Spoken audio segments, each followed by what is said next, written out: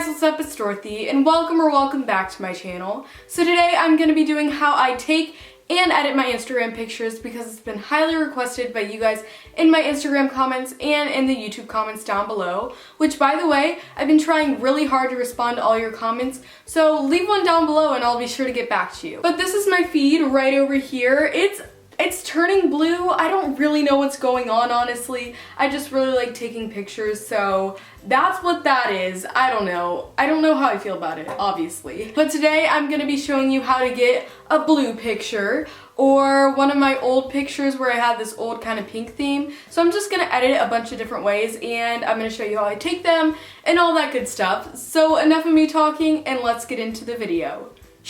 So starting out with what I take my pictures with, I usually take my pictures with my Canon G7X PowerShot, which is what I use to vlog over on my vlog channel.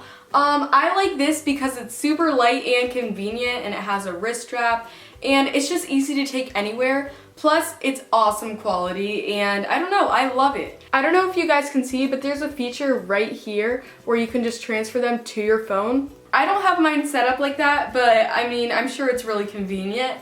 But yeah, this is overall what I take my pictures with. And my biggest tip for you guys is always take pictures. Like, no matter what, even if it's not gonna go with your feed at that time, or even if it's a cool picture but you're not sure, just take the picture. Just take it because you can always delete it. And I have a ton of pictures that were like super cool and I was so happy like that I got them, but then they didn't go with my feed, which I honestly think is ridiculous. Like, why do we care so much about our feed? I don't know. I care about it a lot. And now I can start using them because my feed's changing. So always take pictures, always save them, always edit them because you could use them in the future. So when I take my pictures, I normally take them when I'm out or on vacation mostly, or when I'm out with friends or just outside normally. I'll either have my sister take my actual picture because anything like that's a handheld shot in my videos or like a picture of me that's obviously not taken by me on my Instagram is Johanna, so you guys can thank her for that. I put her through so much and she's still with me, I don't know why.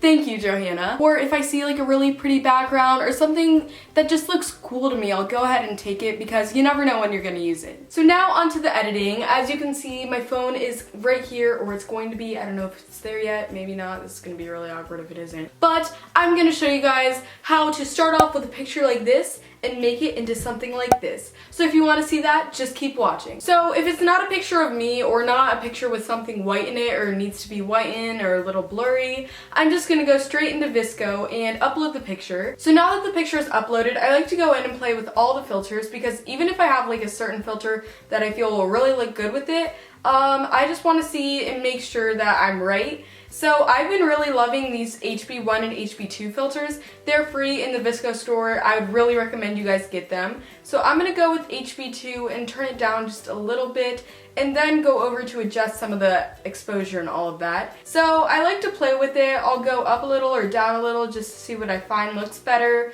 I think it's up for this one, and I'll go up with the contrast a little bit. And now onto like some of my favorite things, which is saturation.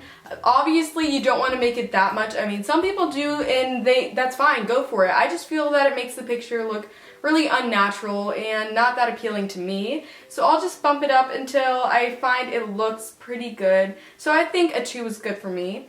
And then I'll go to my temperature. And depending on whether the photo is like bluish or like orangish, or if I want to make it like either, I'll just play around with it. So obviously the photo is blue here, so I like to turn it down just a little bit because see, if you turn it up, it like ruins the blue. So I'll turn it down just a couple, obviously not too much because I feel like that doesn't look natural.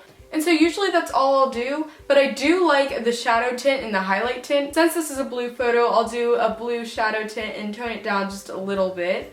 And then for highlight tint, I'll go in with blue once more and turn it down just a little bit, really making the photo like extremely blue.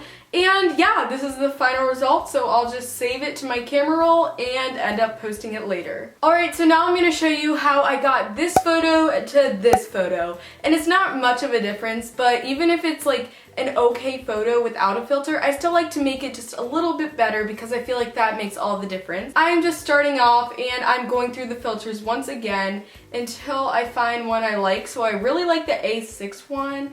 C1, I like that too. I think I'm gonna go with A6 because I really like that. So then I'm gonna go into the edit. So I'm just playing with the exposure. You obviously don't want your photo like that, but you don't want it like that either. So there's a fine line. I'll just keep it the same. So a lot of times when I'm messing with these, I find that it doesn't look good like a little less or a little more. So I'll just keep it the way it is. With contrast, sometimes I like to go under to make the photo look more natural, so that's what I'm doing here. And I really just like to play around and find out what looks best.